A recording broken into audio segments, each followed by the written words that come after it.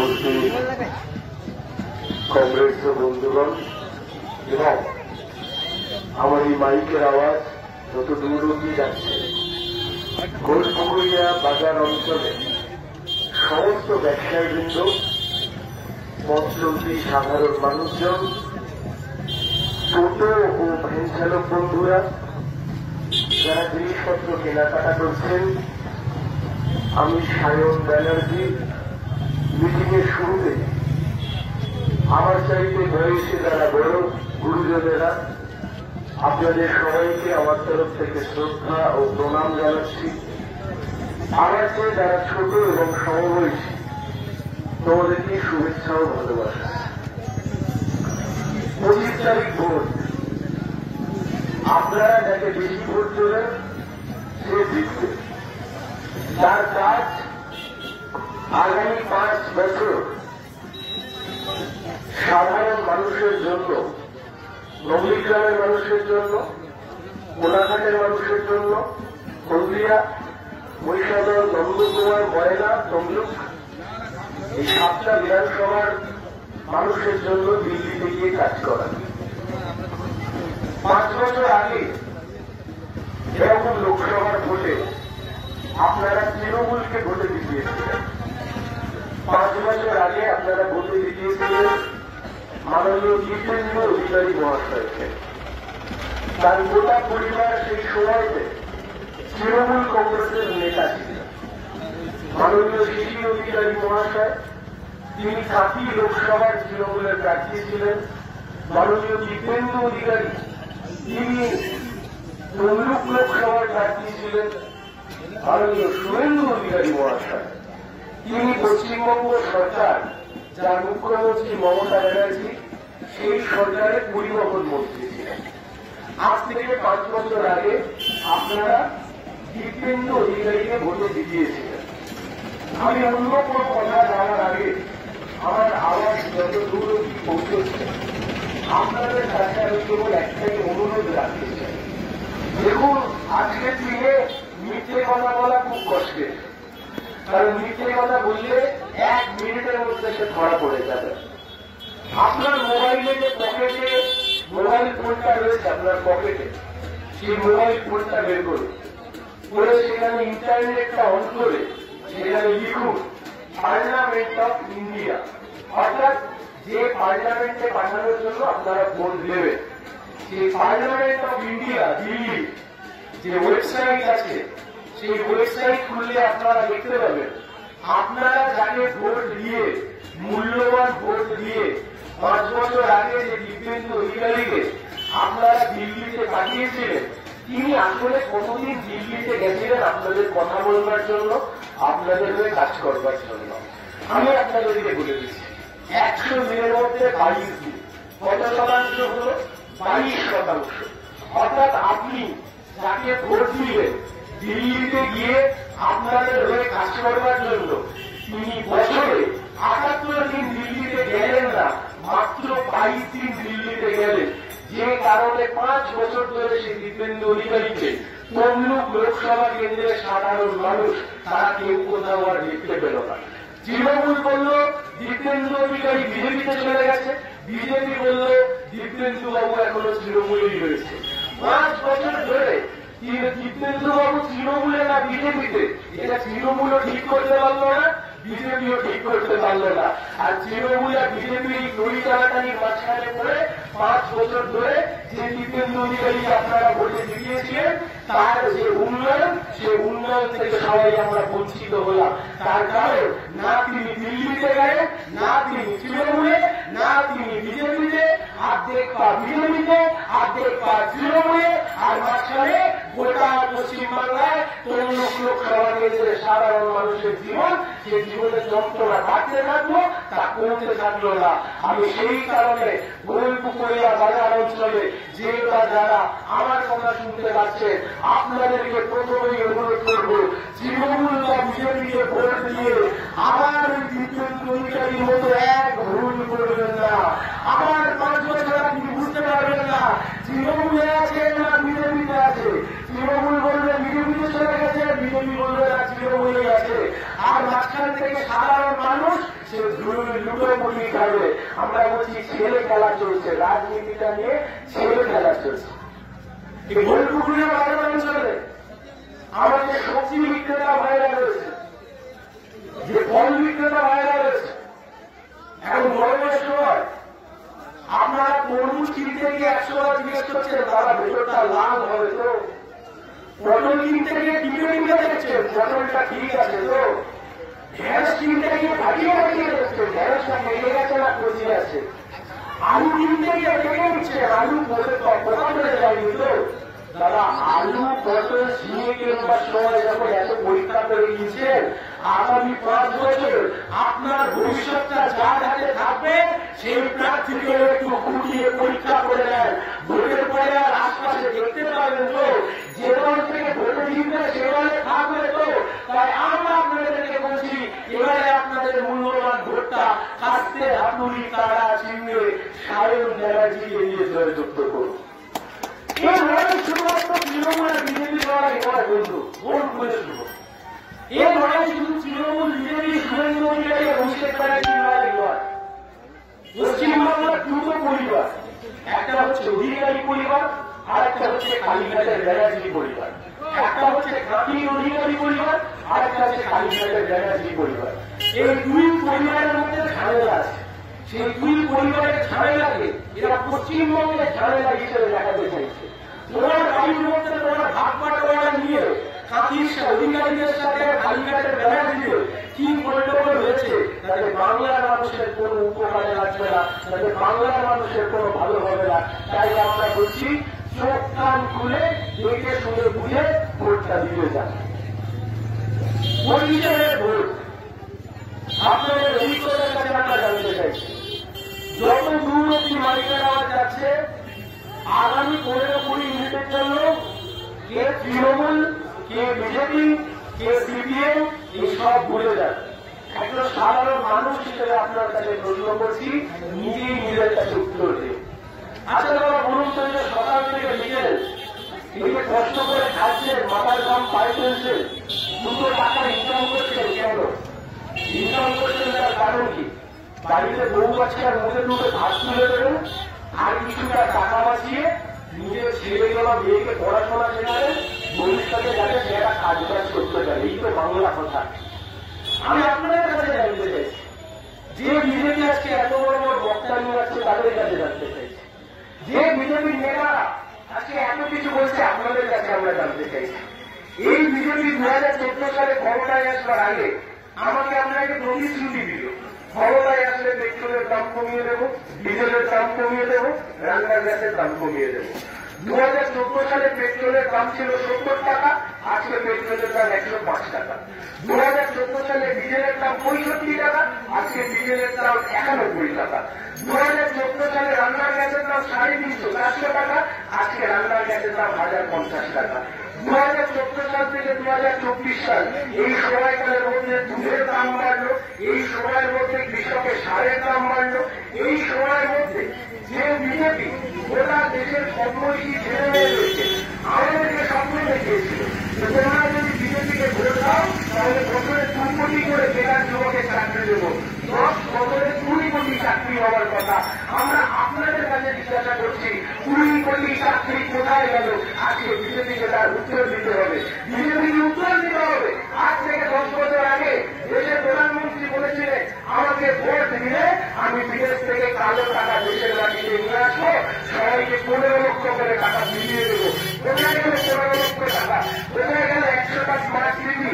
কোথায় গেল গোটা দেশের বুকে কৃষকদের আয় দ্বিগুণ করবার কথা? কোথায় গেল জিনিসপত্রের দাম কমানোর কথা? তাই আমরা বলছি, এরা যা প্রতিশ্রুতি দেয় আর যা করে তার দুজনের মধ্যে কোনো কথা, তার দুটোর মধ্যে কোনো মিল খুঁজে পাবেন না। এরা মুখে বললে জিনিসের দাম কমাবো, কিন্তু বাস্তবে জিনিসের দাম বাড়িয়ে দিল। আপনাদের কাছে জানতে চাইছি, আপনার কাছে অধিকারী পরিবারের মতো প্রচুর টাকা নেই, আপনার কাছে কালীঘাটের ব্যানার্জি পরিবারের মতো প্রচুর টাকা নেই। আপনি দিন আনা দিন খাওয়া মানুষ। যে হারে জিনিসের দাম বেড়েছে, যে হারে পটলের দাম বেড়েছে, আলুর দাম 30 টাকা 30 হয়েছিল, চন্দ্রমুখী আলু 30, 35, 34 টাকা লিটার ছিল। আরে আমরা খাবো কি? সাধারণ মানুষকে পেটে নুন প্রায় ঘুমোতে যাবে, আর নেতারা কখনো বক্তারি বাজি করবে। তাই আমরা বলছি, জিনিসপত্র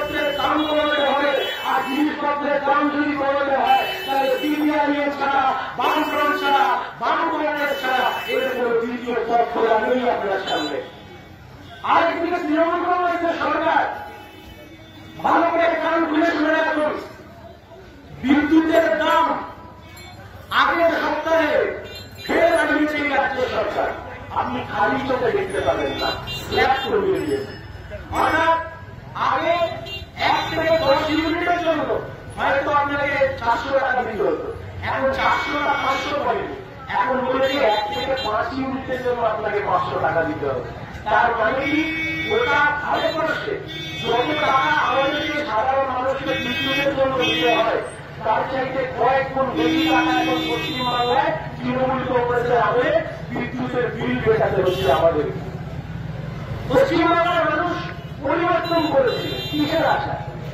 পশ্চিমবাংলার মানুষ পরিবর্তন করে ভেবেছিলেন যে যা হয়েছে তার চেয়ে আরো ভালো উন্নয়ন হবে। নন্দীগ্রামের মানুষ তৃণমূল কংগ্রেসকে ক্ষমতায় এনেছিল কেন? নন্দীগ্রামের ছেলেমেয়েদের কাজ হবে। নন্দীগ্রামের মানুষ তৃণমূলকে ক্ষমতায় এনেছিল কেন? নন্দীগ্রামের বুকে রেল লাইন পাতা হবে। রেল লাইন নন্দীগ্রামের বুকে জলে পাতা হবে বলেছিল, সেটা 2009 সালে ছিল। তখন আমি ক্লাস 11 পড়াশোনা করতাম।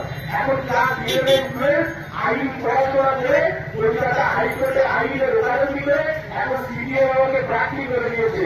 কিন্তু এখন অব্দি না মমতা ব্যানার্জি, না শুভেন্দু অধিকারী, না বিপ্লেন্দু অধিকারী, না শিশির অধিকারী 4 থেকে 5 জন তৃণমূল আর বিজেপির নেতা প্রতিশ্রুতি নিয়ে গেল, কিন্তু নন্দীগ্রাম রাজনীতি রেলের মুখ দেখল না, ট্রেনের মুখ দেখল না। এই বিশ্বাসঘাতকতার দায় আজকে তৃণমূল আর বিজেপিকে নিতে হবে।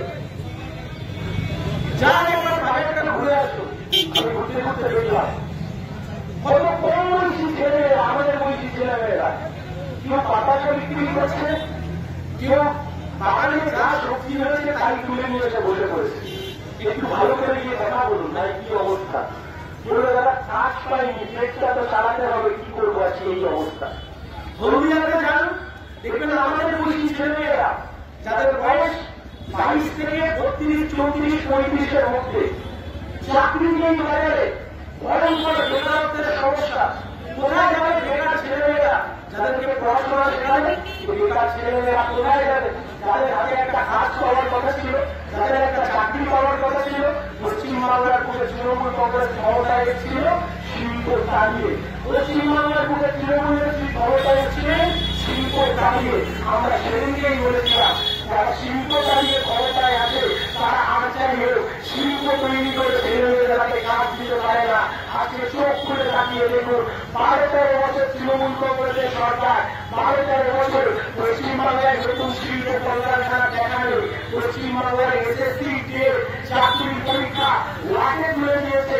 আর যার ফলস্বরূপ আজকে কম বয়সী ছেলেমেয়েরা পশ্চিমবাংলা থেকে বাইরে যাচ্ছে, পরিযায়ী শ্রমিক হয়ে কাজ করতে চলে যাচ্ছে, অন্য রাজ্যে পরিযায়ী শ্রমিক হয়ে কাজ করতে চলে যাচ্ছে। কেউ আজকে টোটো চালাতে বাধ্য হচ্ছে, কেউ আজকে বাজারে বসতে বাধ্য হচ্ছে। আমি আপনাদের কাছে জিজ্ঞাসা করছি, কিন্তু অন্যদিকে বাকি অধিকারী পরিবারের দিকে তাকান, অন্যদিকে কালীঘাটের ব্যানার্জির পরিবারের দিকে তাকান। মমতা ব্যানার্জি তার ভাইপো অভিষেক ব্যানার্জির জীবনটা সুন্দর করে গড়ে দিল।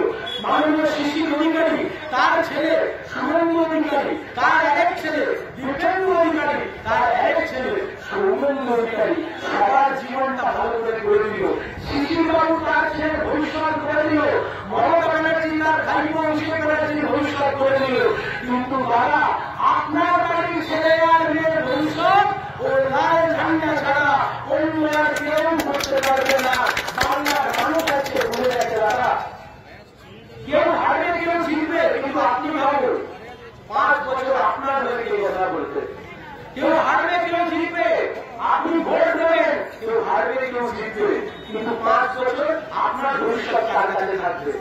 একটা উদাহরণ দেব, এই যে আজকে বিজেপি শুভেন্দু বাবু এত বড় বড় কথা বলছেন, আজকে জিজ্ঞেস করবেন শুভেন্দু বাবুকে, আপনারা যারা সেই সময় তৃণমূলে ভোট দিয়েছিলেন জিজ্ঞেস করবেন যে শুভেন্দু বাবু আপনার কথা শুনে তো আমি তখন বিজেপিকে ভোট না দিয়ে তৃণমূলকে ভোট দিলাম, আপনি তো তারপর পাল্টি মেরে আবার বিজেপিতে চলে গেলেন।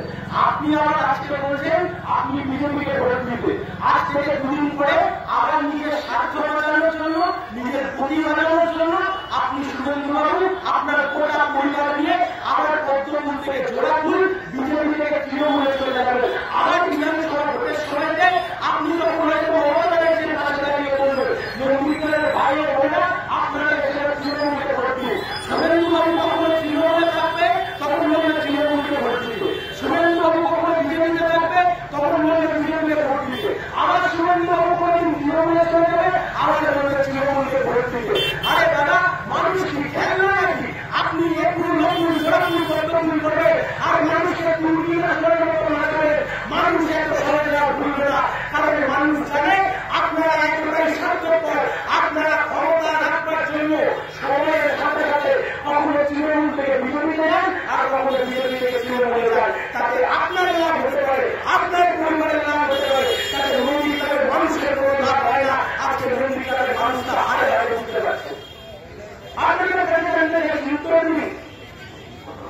বিজেপির পুরোপুরি কর্মীরা আমার আওয়াজ জন্য আপনার কাছে যায়। আপনাকে বলছি 2018 সালের পঞ্চায়েতের নির্বাচন বিরোধী শূন্য পঞ্চায়েত তৈরি করতে হবে। কে বলেছিল?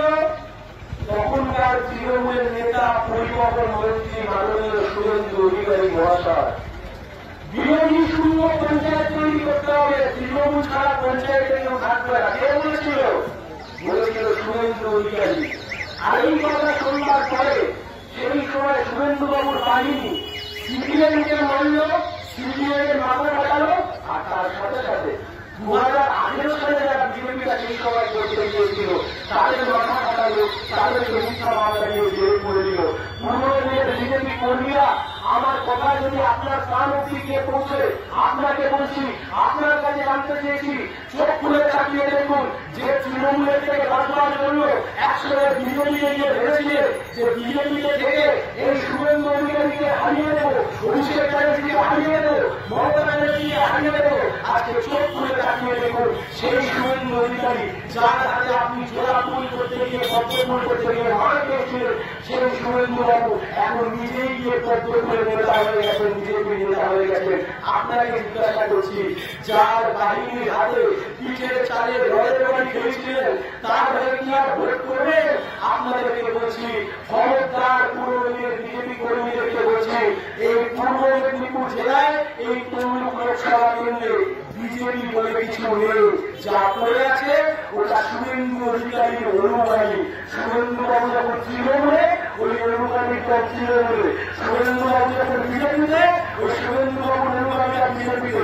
দুদিন পরে আবার যখন তৃণমূলে চলে যায় তখন দেখবেন আবার শুভেন্দু বাবুর অনুগামীরা পিছনে তৃণমূলে ব্যাগ ধরে দৌড়চ্ছে। তাই আমরা বলছি তৃণমূল আর বিজেপি এই ছেলে খেলার গল্পে খবরদার একদম আসল কথা ভুলে যাবেন না। আচ্ছা, উত্তর দিন তো, এই যে শুভেন্দু বাবু প্রত্যেকদিন বলে 7 দিনের মধ্যে ভারী করে জেলে ঢুকিয়ে দেব, বিজেপিকে একবার করতে হবে। আচ্ছা, শুভেন্দু বাবু একবার নন্দীগ্রামের মানুষের সামনে উত্তর দিন তো, নন্দীগ্রামের মানুষকে আপনি বললেন যে নন্দীগ্রামের মানুষ যদি ভোট দিয়ে আপনাকে ভোটে দেয় তাহলে আপনি পশ্চিমবঙ্গের তৃণমূলকে শূন্য করে দেবেন। আপনাকে নন্দীগ্রামের মানুষ ভোটে জেতাবে শুভেন্দু বাবু, আপনি উত্তর দিন। বিজেপির 3 জন বিধায়ক যে যারা গল্প ছাড়ছে একদিন এখানে এসে শুনবার ওই বিজেপি মন্তব্য নাকি এখানে এসে বলেছে সিপিএমকে ভোটে আমাদের তৃণমূলের হাত শক্ত হয়। আচ্ছা, তাই নাকি? মুখ খুলল 3 জন বিজেপি নেবে যারা 2021 সালে বিজেপির ভোটে দিয়েছে, বিজেপির টিকিটে দিয়েছে, খাতা পেন লিখে রাখুন, মোবাইলে সার্চ করে দেখুন মিথ্যা কথা বলছি কিনা। 2021 সালে শুভেন্দু অধিকারীর সাথে যে 3 জন জিতেছে বিজেপির বিধায়ক, বিজেপি একজনের নাম মুকুটমণি অধিকারী, একজনের নাম কৃষ্ণ কল্যাণ দাস, আরেকজনের নাম বিশ্বজিৎ দাস। আমার নাম বলছি, লিখে রাখুন। একজনের নাম কৃষ্ণ কল্যাণী, একজনের নাম মুকুটমণি অধিকারী, আরেকজনের নাম বিশ্বজিৎ দাস। এরা কারা? এরা বিজেপি লেভেলে। তাহলে আমি এনাদের নাম কেন বলছি? সেই 3 জন বিজেপি লেভেলে এবারে তৃণমূলের হয়ে বলে দাঁড়িয়েছে দিল্লিতে যাবে বলে। মানে যে বিজেপি লেভেলে সে এবার এমপি হয়ে বলে তৃণমূলের টিকিটে দাঁড়িয়েছে। আর আপনি নন্দীগ্রামে এসে ভোট ছাড়ছে সিপিএমকে ভোট ছাড়া আমরা একার করতে হয়। উত্তর দিন, বিজেপিকে ভোট দিয়ে মুকুল রায়কে যেতে হবে। মুকুল রায় এখন কোন জায়গায় আছে? বিজেপি আছে না তৃণমূলে আছে? উত্তর দিন। বিজেপিকে ভোট দিয়ে অর্জুন সিংকে জেতালো, অর্জুন সিং কোনভাবে? মাঝখানে তৃণমূল, তারপর বিজেপি, আবার তৃণমূল, আবার তৃণমূল এখন বিজেপিতে গিয়ে বসে আছে। উত্তর দেবেন না আপনারা? আপনারা জানতে চাইবেন না? গোটা পশ্চিমবাংলা জুড়ে গরু ছাগলের মতো সকালে বিজেপি, রাতে তৃণমূল, রাতে তৃণমূল, সকালে বিজেপি। আরে বিজেপিটা এত তাড়াতাড়ি দল পরিবর্তন করে না, এই বিজেপি আর তৃণমূলের লোকেরা দল পরিবর্তন করে। মানুষের কি লাভ? আপনাদের কি লাভ? বেকার যুবকদের কি লাভ? মা বোনদের কি লাভ? কৃষকের কি লাভ? শ্রমিকের কি লাভ? আমরা তাই আপনাদেরকে বলছি, এইবারে লোকসভা ভোট খুব গুরুত্বপূর্ণ ভোট। জিনিসপত্রের দাম কমাতে হবে। দেখুন তৃণমূল চুরি করে ভাড়া হয়ে গেছে, গোটা রাজ্যের মানুষ আমরা হেরে গেছে। এই দেখবেন শুভেন্দু বাবু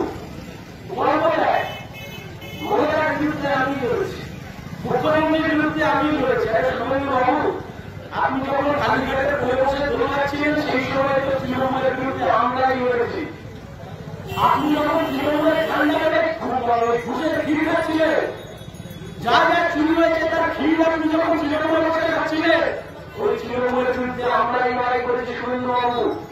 গোটা বাংলা জুড়ে তৃণমূল যখন মানুষ মেরেছে, মানুষ খুন করেছে, যখন চুরি করেছে, সেই তৃণমূলের বিরুদ্ধে আমরাই লড়েছি। আর আপনি, আপনার পিতা, আপনার দুই ভাই সবাই মিলে সেই তৃণমূলের ক্ষীর খেয়েছেন। তাই আপনাদেরকে ঠিক করতে হবে। এরা চাইছে কালীঘাটের অধিকারী, কালীঘাটের ব্যানার্জি আর স্বামী অধিকারী এই দুই পরিবারের মধ্যে লড়াইকে সীমাবদ্ধ রাখতে। কিন্তু আমরা আপনাদেরকে বলছি, এই লড়াই কোন দুই পরিবারের লড়াই নয়, এই লড়াই কোন সুরেন্দ্র অভিষেকের লড়াই নয়, এই লড়াই বেকার যুবককে চাকরি পাইয়ে দেওয়ার লড়াই, এই লড়াই দুর্নীতিমুক্ত পশ্চিমবাংলা তৈরি করবার লড়াই, এই লড়াই হিন্দু মুসলিমের মধ্যে ঐক্য করে তোলার লড়াই, এই লড়াই জিনিসপত্রের দাম কমানোর লড়াই। আর এই লড়াই যদি করতে হয় তাহলে লাল ঝান্ডা ছাড়া অন্য কোনো ঝান্ডা এই লড়াই হিন্দু রাখে না। আজকে মন্দিরগ্রামের মানুষকে তৃণমূলের বিজেপি হিন্দু মুসলমানের ভাগ করে দিতে চাইছে। আপনাদের কাছে জানতে চাইছি আমরা, আচ্ছা আপনারা তো অনেক দিন ধরে নন্দীগ্রামকে দেখছেন, বলুন তো নন্দীগ্রামে কি হয়েছে? দুর্গা পুজো হয়েছে, নন্দীগ্রামে একই সাথে এত পুজো উৎসব সবকিছু হয়েছে, খুশি ঈদ পালন হয়েছে, কিন্তু নন্দীগ্রামে কখনো হিন্দু মুসলমানের ভেদাভেদ হয়েছে? হয়নি। আজকে শুভেন্দু অধিকারী একদিকে আর একদিকে অভিষেক ব্যানার্জিরা নিজেদের রাজনৈতিক ফায়দা করার জন্য, নিজেরা ভোটে দেখবার জন্য আজকে সাধারণ মানুষের মধ্যে হিন্দু মুসলমানের নামে চাপদাঙ্গা করানোর চেষ্টা করছে। আমরা ভুলে গেছি শুভেন্দুবাবু, এত সালে আমরা ভুলে গেছি। আজ থেকে 5 বছর আগে আপনি শুভেন্দু অধিকারী মাথায় ফেস চুরি করে ইফতার করতে বসতেন, কারণ তখন আপনি তৃণমূলে ছিলেন। আর সেই শুভেন্দুবাবু আপনি এখন গায়ে লড়াবলি চাপিয়ে আপনি এখন রামনবমী করতে বলছেন। আসলে আপনি না হিন্দু না মুসলমানের, আপনি আসলে যেমন খুশি তেমন সাজের প্রতিযোগিতার প্রতিযোগী। নিজের স্বার্থের জন্য কখনো হিন্দু সাজেন, নিজের স্বার্থের জন্য কখনো মুসলিম সাজেন, কিন্তু মানুষ সাজার চেষ্টা আপনি করেন না, নিজের দাম কমানোর চেষ্টা আপনি করেন না, বেকার ছেলেদের হাতে কাজ তুলে দেওয়ার চেষ্টা আপনি করেন না। নন্দীগ্রাম থেকে শিল্প বাড়ালো, শয়ে শয়ে আমাদের কর্মীদেরকে খুন করলো, ঘর ছাড়া করে দিল, কোথায় যাবে? আপনাদের চেষ্টা করছি নন্দীগ্রামের বুকে যদি শিল্প কলকারখানা গড়ে উঠত, আরে দাদা সিপিআই হচ্ছে একদিন একদিন ক্ষমতা থেকে চলে যেত, কিন্তু সিপিএম কি ঘাড়ে করে শিল্প কলকারখানা বাড়িয়ে নিয়ে যেত না? শিল্প কলকারখানা বলে নন্দীগ্রামের ছেলেমেয়েরা সেই সময় কাজ পেত। পাশে হলদিয়ার দিকে দেখুন তো, আমরা তো হলদিয়াটা তৈরি করেছিলাম, অত শিল্প কল কারখানা এত কিছু মাথা তুলে দাঁড়িয়ে আছে, কিন্তু আমরা ক্ষমতা থেকে চলে যাওয়ার পরে সেই হলদিয়ার কি অবস্থা করেছে? একের পর এক শিল্প উঠে যাচ্ছে, একের পর এক কলকারখানা উঠে যাচ্ছে, শ্রমিকদের সিওটি হচ্ছে না। তোলাবাজি করে করে শুভেন্দুবাবু দল একটা গোটা কলকারখানা ইউনিটি, এই ইউনিটি কিন্তু হলদিয়া থেকে চালিয়ে দিল। হলদিয়া থেকে নন্দীগ্রাম যে ব্রিজ হওয়ার কথা ছিল, সেতু হওয়ার কথা ছিল, কেন হলো না?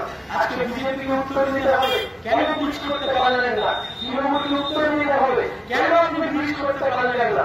আজকে তৃণমূল বিজেপি দুটো দলকে উত্তর দিতে হবে। হলদি নদী আপনি কেন ড্রেনিং করলেন না?